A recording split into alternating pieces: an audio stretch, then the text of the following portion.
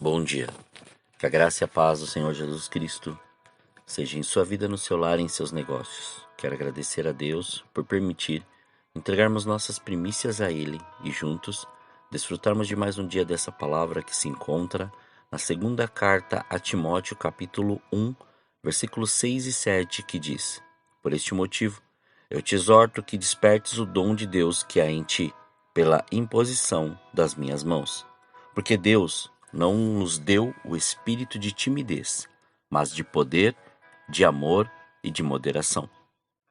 Ao meditar sobre essa passagem, o apóstolo Paulo estava orientando Timóteo como proceder em um tempo cujas pessoas estavam se afastando dos ensinamentos de Jesus e negligenciando sua verdade, simplesmente pelo fato de satisfazer suas vontades, seus desejos e aplicar a mentira em sua prática diária, se desviando do caminho e do seu chamado.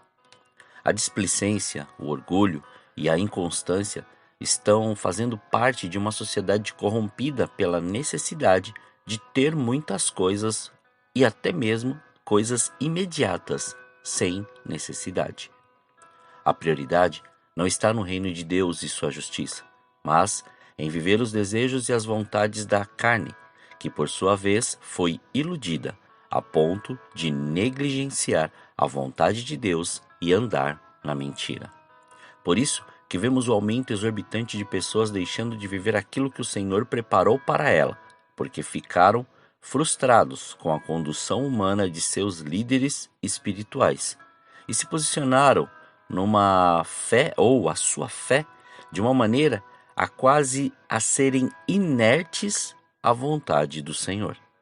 E isso me leva a uma pergunta: por que a negligência está fazendo parte daqueles que disseram que estão em Cristo?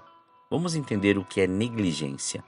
Negligência significa desleixo, descuido, falta de zelo, falta de aplicação ao realizar determinada tarefa. É agir com irresponsabilidade ao assumir um compromisso. Negligência é desatenção, menosprezo, desdém. É o ato de depreciar, de não dar a algo o seu devido valor. Negligência também é demonstração de preguiça, de indolência e de inércia e a falta de iniciativa. A negligência faz os homens se acostumarem com o erro, a viverem no pecado como algo natural e normal. Isso nos faz lembrar daquilo que está descrito no segundo livro de Reis, no capítulo 4, versículos 38 a 41, quando Eliseu mostrou que uma negligência é suprida pelo conhecimento e pela sabedoria de Deus, e, assim posso colocar, pelo dom de Deus que há em você. Observe o que diz. Eliseu voltou para Gilgal, e havia fome na terra. Enquanto os discípulos dos profetas estavam assentados na sua presença, disse ao seu moço: Põe a panela grande no fogo e faze ensopado para os discípulos dos profetas. Então um saiu ao campo a apanhar ervas e achou uma videira brava. Colheu dela a sua capa cheia, veio e cortou-as na panela do caldo, embora ninguém soubesse o que eram. Assim serviram os homens. Quando começaram a comer o ensopado, gritaram: Homem de Deus, há morte na panela. E não puderam comer. Disse Eliseu: Trazei farinha. E a colocou na panela e disse: Servi o povo. E já então não havia mal nenhum na panela.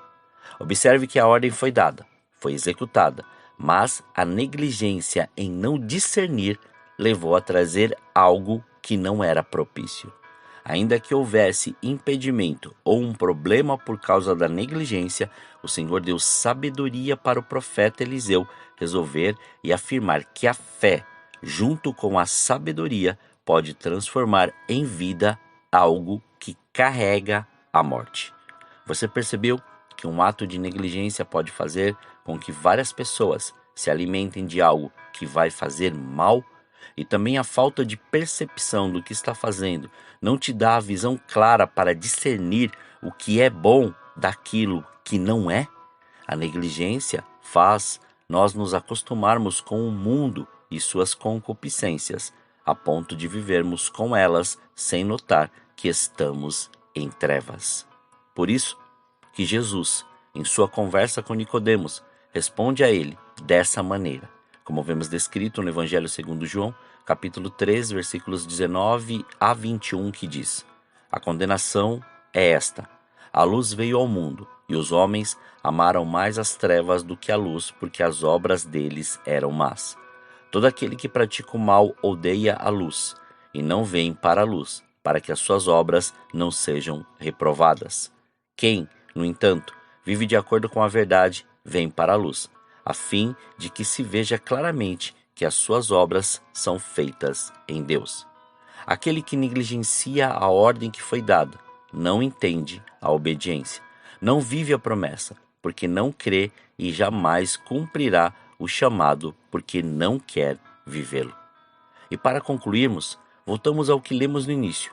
O apóstolo Paulo estava dizendo a Timóteo que ele deve despertar o dom de Deus que está nele, deixando de lado o medo, a timidez, a fraqueza, a covardia e a inconstância, para assumir que hoje nenhuma negligência pode nos afastar do poder, da fortaleza, da força, do amor, da verdade e da sobriedade, que é a moderação que já foi entregue a nós.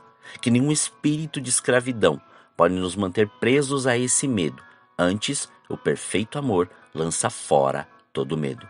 Por isso que devemos perceber qual o alimento que estamos comendo e aquilo que alimentamos as pessoas em nossa volta. Pois, se você sabe a verdade e não a vive, você está alimentando as pessoas com a mentira.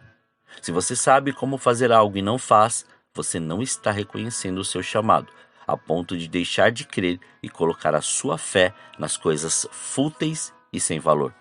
Fazendo assim, está levando as pessoas a um beco sem saída, não discernindo que tipo de comida está servindo a elas. Portanto, como o apóstolo Pedro descreve em sua primeira carta, no capítulo 2, versículos 4 e 5, reconheça que você é essa casa espiritual que traz o alimento verdadeiro para a edificação do reino. Chegando-vos para ele, pedra viva, rejeitada, na verdade pelos homens, mas para com Deus, eleita e preciosa, vós também, como pedras vivas, sois edificados, como casa espiritual, para serdes sacerdócio santo, a fim de oferecerdes sacrifícios espirituais aceitáveis a Deus por Jesus Cristo. O Senhor te deu uma ordem, obedeça. O Senhor te deu uma promessa, creia. E o Senhor te deu um chamado, uma missão. Coloque sua fé nisso e viva essa verdade. Reaviva e desperte o dom de Deus que há em ti, pois nada e ninguém pode impedir o agir de Deus em tua vida e através da sua vida. Não negligencie aquilo que o Senhor te chamou para ser e para fazer.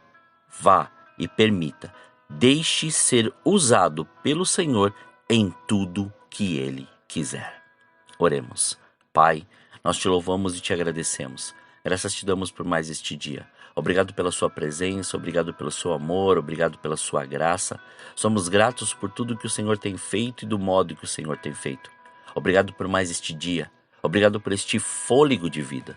Obrigado pelo Senhor nos mostrar e nos revelar que não há nada maior do que viver a sua presença, do que, Pai, colocar em prática tudo aquilo que o Senhor já nos deu, que muitas vezes mantemos escondido com medo daquilo que as pessoas vão falar, mas na verdade é o contrário. Nós temos que lançar fora todo este medo, não ficar mais escravos deste medo, porque hoje, assumidos, Pai, somos filhos de Deus, filhos, Pai, de uma herança, e somos, Pai, conhecedores daquilo que o Senhor tem preparado para nós.